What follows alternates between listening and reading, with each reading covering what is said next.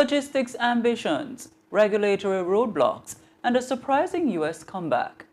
Hello and welcome to CBX Business News for Wednesday, July 30, 2025. I'm Yunil Wood. Thanks for joining us. Coming up in the newscast locally, Jamaica eyes the global stage as government unveils plan to position the island as the world's fourth major logistics hub. On the regional front, the Caribbean Development Bank warns that fragmented regulations are blocking progress on renewable energy investment. And over on the global stage, the U.S. economy posts a 3% growth surge in the second quarter of 2025, outpacing market expectations. Stay tuned as we unpack these stories and more right after our first break.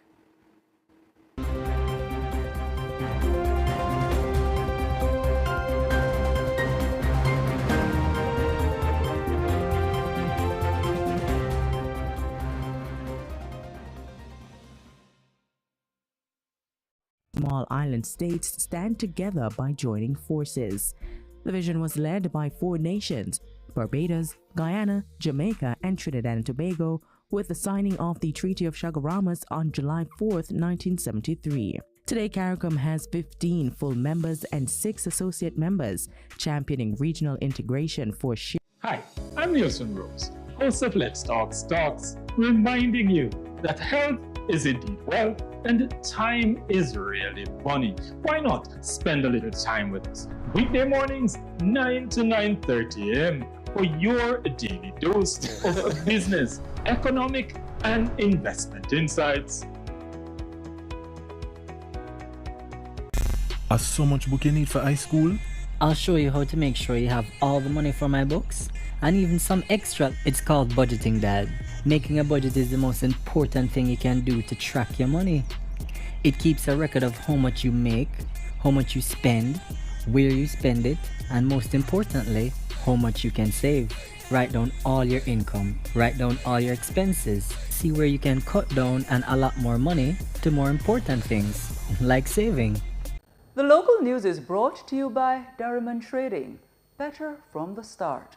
Development Bank of Jamaica, facilitating economic growth and development. Caribbean flavors and fragrances, tease the senses, and Pulse Investments.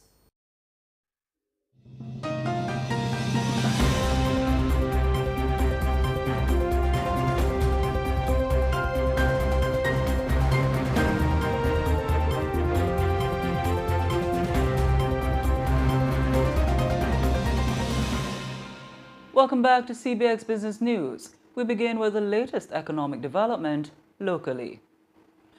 Industry, Investment and Commerce Minister Senator Obin Hill has announced that his government has initiated efforts to position Jamaica as the world's fourth logistics hub.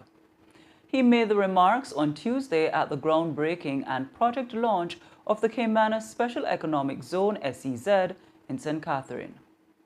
We plan and have begun to build Jamaica as the logistics hub and trade platform in this region, indeed to be the fourth hub logistic node around the world. Alok told you what they were. Sugar and bananas are gone. They are no longer the leading efforts in our economy. But thank the Lord, the Caymanas Special Economic Zone is here. The minister says the Caymanas Special Economic Zone is being developed as a logistics service hub. The launch of the first portion of the Caymanas Economic Zone marks a historic strategic decision and milestone in Jamaica's intention and journey to become, at least in part, a service-driven logistics center in the economy. Most importantly, we are building the future. We have to find jobs and new employment for our young people. They depend on us to do that. The government is investing in this to chart a new course and area for our economy. He added that this SEZ will help to strengthen Jamaica's economic independence. We will be using the growth of the CSEZ to build a robust and sustained economic independence to bolster the political independence that we value so much. Distinguished Minister of Industry, Investment and Commerce, Senator Orbin Hill. With just a click or a swipe, consumers today can purchase products from anywhere in the world or access vital services instantly. Central to this global sales process is the use of artificial intelligence, AI, which experts say is driving higher sales for businesses. Director of AI Automation and Analytics at Incus Services, Leslie Lee Fook, shared these insights during an exclusive interview with CBX News at the SalesCon 360 conference, the Caribbean's premier event for sales innovation and digital transformation, held recently at the Jamaica Pegasus Hotel. So how important is AI and automation in today's sales world? Well, if you look at how people buy today, the entire process is changing. We used to live in a world where it would be salespeople that would go out, educate others, share products, share services. But where we are today is everybody, their buyer's journey starts online.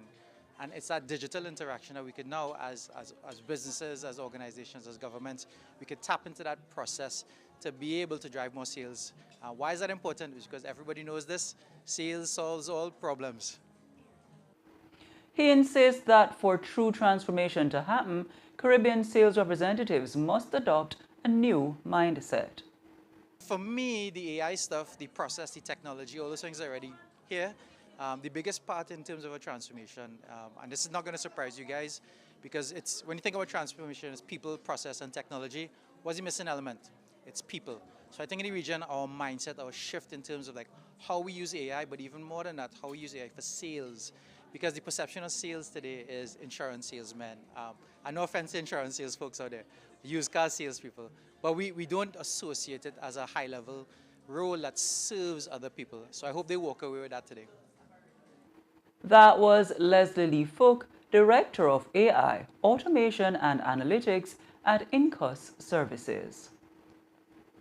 And despite external headwinds, including the impact of Hurricane Beryl on its Rose Hill wind farm in Manchester last year, July, Wigton Energy Limited is reporting a net profit of $302.93 million Jamaican dollars for the 2024-2025 financial year, reflecting its resilience through disciplined execution and prudent financial management.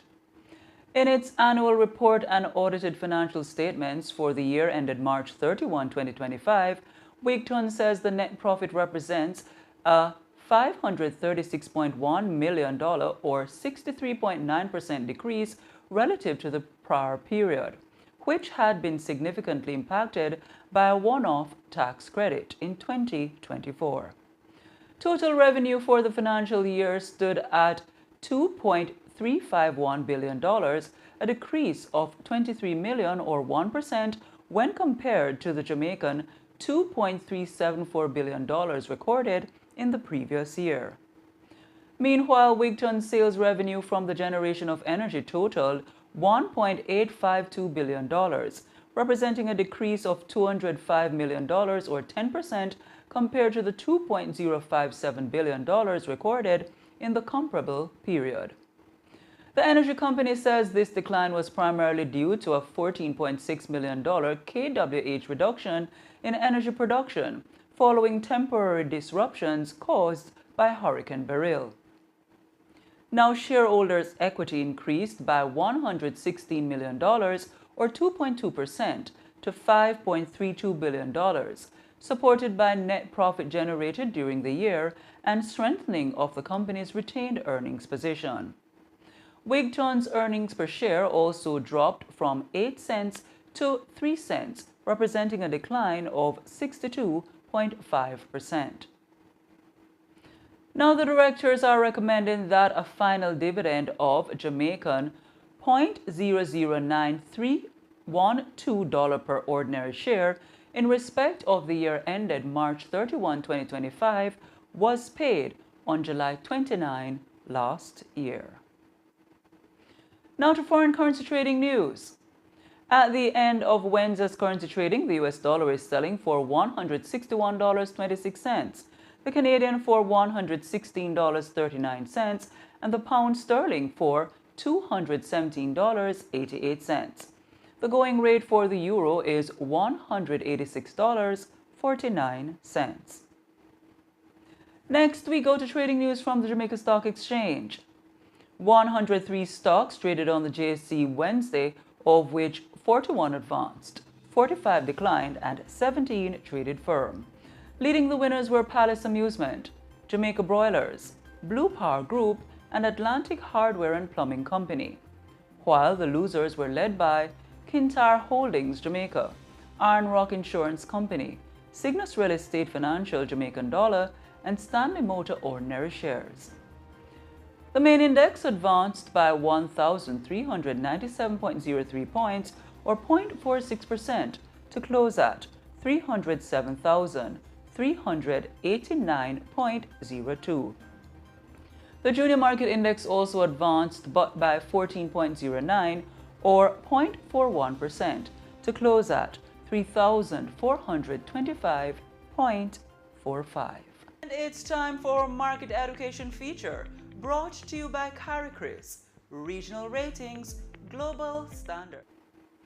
In our market education feature today, we'll be defining the term operations management. Operations management refers to the process of planning, organizing, and refining business practices to maximize efficiency and profitability.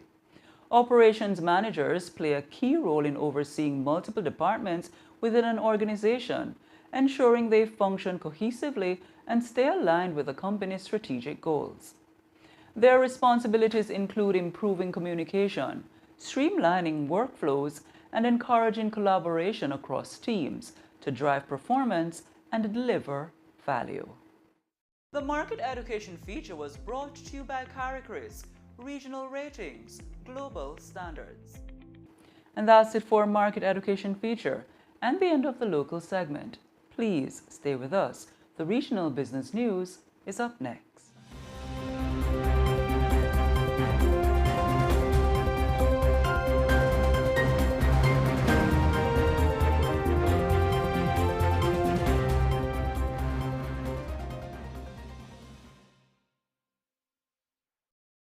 The local news is brought to you by Darriman Trading, better from the start. Development Bank of Jamaica, facilitating economic growth and development. Caribbean flavors and fragrances, tease the senses, and Pulse Investments. We're here to open a savings account for my son John. I really want him to start saving and managing his own money. And I need for Save to visit my father in New York. Okay, based on what you said and our risk assessment, he will qualify for simplified customer due diligence requirements. I'll need your ID, proof of income, TRN, and John's ID as well. Okay, here you go. Opening an account is easier than you think using simplified customer due diligence requirements, also called CDD.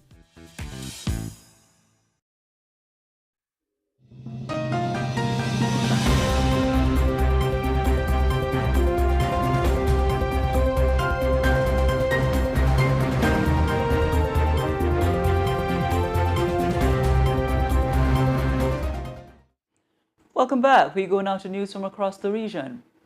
President of the Caribbean Development Bank, CDB, Daniel Best, is sounding the alarm over what he describes as widespread regulatory inconsistency across the region, warning it is hampering efforts to scale up renewable energy investment. Speaking on day 2 of the Afro-Caribbean Trade and Investment Forum in Grenada on Tuesday, the CDB president says the bank's borrowing member countries each operate under distinct regulatory frameworks, which creates a fragmented investment landscape that deters cross-border energy projects. You asked what are some of the challenges to certainly renewable energy and sustainable energy infrastructure. If we have an honest conversation, we have, as CDB, we have 19 borrowing member countries. That's 19 different sets of regulations that we have to do. A private investor seeking to come into the region, whether from Africa or wherever else, and wanting to put resources into sustainable energy, and looking for scale. So you may want to, he or she may want to do it across 6 or 7 countries. Needs to deal with 6 or 7 different sets of regulations. No, that is untenable. Mr. Best also revealed that the bank is spearheading a regional push to streamline the regulatory landscape for renewable energy investment with the development of a minimum regulatory function, MRF. We are in the process, we've started, of designing something called the minimum regulatory function, MRF, right? An actual data set which will present potential investors into the renewable energy space, specifically with the suite of interventions they need to undertake to invest in country X or country Y or country, because we need this. If we want to attract people into the region, they need to know what they are coming into, and especially if they want to work across jurisdictions. CDB President Daniel Best.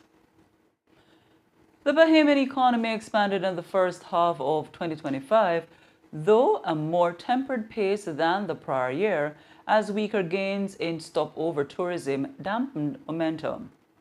According to the Central Bank of the Bahamas' mid-year economic briefing delivered by the bank's governor John Roll on Tuesday, the slowdown in tourism was concentrated in the stopover arrivals from the United States, the country's largest source market.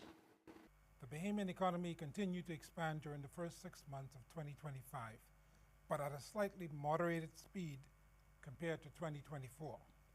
This mainly corresponded to more subdued growth in tourism.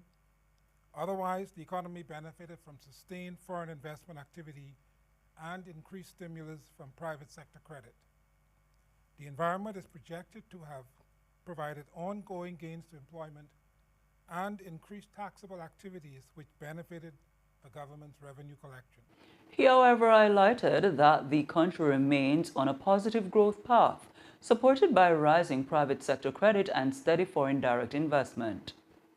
Stronger credit expansion resulted in reduced seasonal growth in bank liquidity and in external reserves compared to the first half of 2024.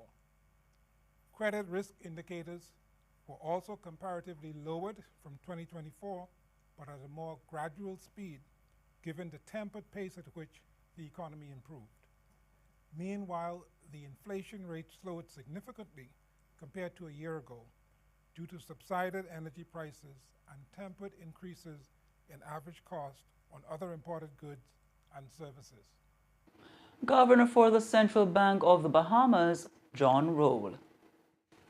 In other news, Trinidad Cement Limited TCL is reporting a net loss of Trinidadian $12.4 million for the second quarter of 2025, reversing a TT $97.7 million profit earned in the corresponding period last year. The dip comes despite a modest 1.7% rise in quarterly revenue to TT $618 million, driven by robust sales in Guyana and improved pricing in Jamaica and Trinidad and Tobago. In its unaudited consolidated financial statements for the quarter ended June 30, the company says the loss was primarily attributed to one-off charges totaling 34 million TT dollars, including a $16 million impairment of fixed assets in Barbados and TT $18 million in severance and restructuring expenses across the group. TCL's Barbados-based subsidiary, Arawak Cement, transitioned from clinker grinding to cement distribution in quarter 2, prompting the write-down and operational reset. Operating earnings before one-off expenses dropped sharply by 62% to TT $58 million, down from $150 million a year earlier. The decline was linked to the planned 60-day shutdown and expansion at the Jamaican plant, which TCL says was completed safely and on budget. Now, the US $42 million debottlenecking project increased kiln capacity by 15% and is expected to strengthen export potential and cut emissions. Meanwhile, operating earnings for the period dropped 28% to 203 million TT dollars, reflecting weaker domestic volumes in Trinidad and Tobago and elevated import costs to support Jamaican operations during the shutdown. Now to trading news from the Trinidad and Tobago Stock Exchange. 21 securities traded on the TTSC Wednesday, of which 4 advanced, 6 declined, and 11 traded firm. Leading today's winners were Unilever Caribbean, National Flour Mills, MetCorp, and Republic Financial Holdings, while the losers were led by NCB Financial Group, Guardian Holdings, Prestige Holdings, and Ansa McCall. Other results include the All-TNT Index declining by 1.01 to close at 1,457.69. The Composite Index declining by 2.59 to close at 1,005.36. However, the Cross-Listed Index declined by 0.60 to close at 73. And the SME Index advanced by 0.17 to close at 100.27. And we take a short break, but please come back with us as the international news segment is up next with Nielsen Rose.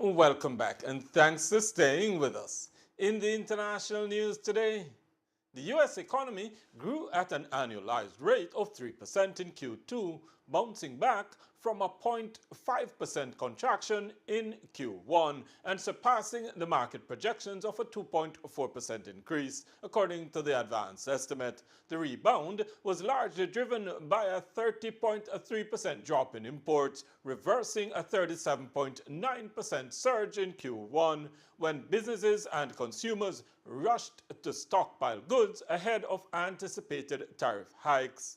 Consumer spending also picked up, rising 1.4%, up from 0.5%, led by a 2.2% increase in goods consumption. Government spending returned to growth at 0.4%, while fixed investment slowed sharply to 0.4%, down from 7.6%, with notable declines in structures down 10.3%, residential investments down 4.6%, equipment growth slowed to 4.8% from 23.7%. Meanwhile, exports fell 1.8%, the steepest drop since Q2 2023, and private inventories subtracted 3.17 percentage points from the overall growth. The Eurozone economy grew by 0.1% quarter-on-quarter in Q2, a significant slowdown from the 0.6% expansion recorded in the previous quarter, according to the preliminary data. While the figure slightly exceeded market expectations of a flat growth, it marked the weakest pace since late 2023.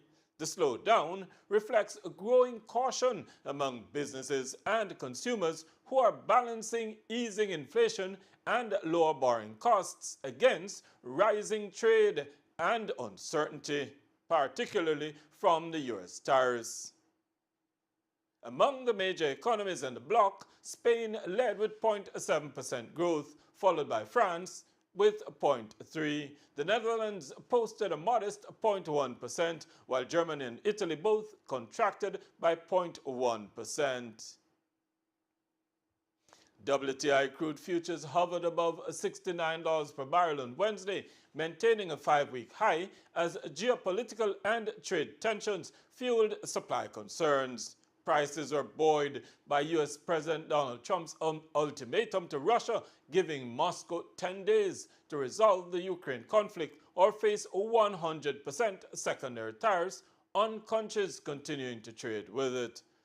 The threat could significantly disrupt global oil flows, especially among major U.S. trading partners that import Russian crude.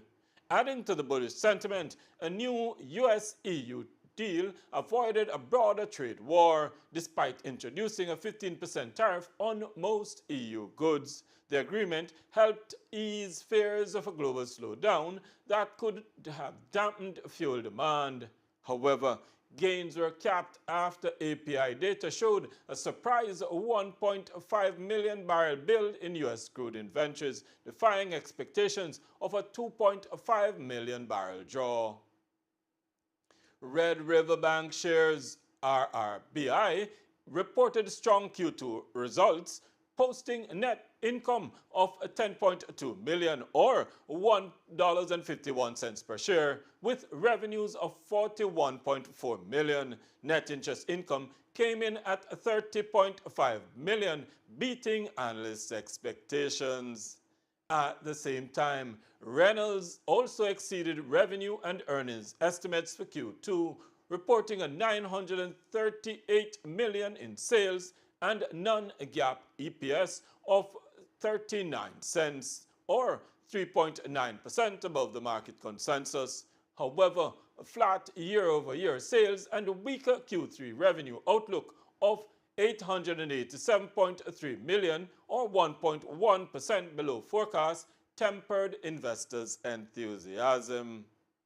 Gates Industrial delivered a solid quarter with revenues of $883.7 million, or 1% above the projections, and adjusted EPS of 39 cents, or 3% above the market projections. The company raised its full-year EPS and EBITDA guidance, though operating margin declined 13.1% from 15.4% last year.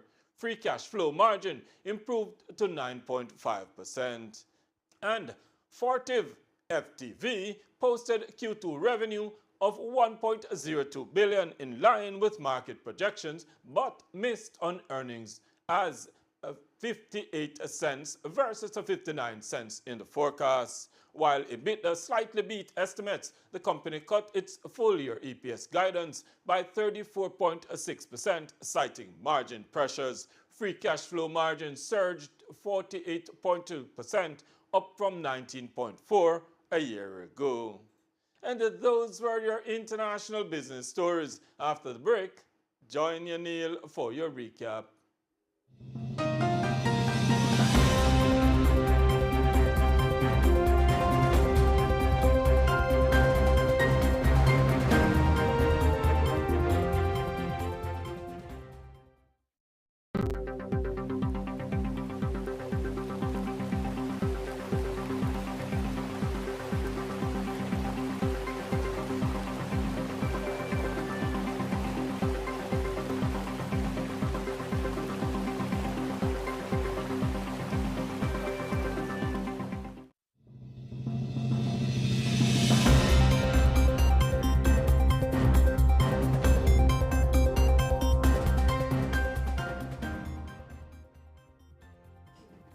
Welcome back, and now the recap. Jamaica being positioned as world's fourth logistics hub. Regionally, CDB warns regulatory fragmentation undermines renewable energy investment. And on the international scene, U.S. economy rebounds with 3% growth in Q2. Those were the stories making today's CBX Evening News. On behalf of Nielsen Rose and the entire production team, I'm Yanil Wood, wishing for you a wonderful evening, and thank you for watching CBX, your region, your business, your source.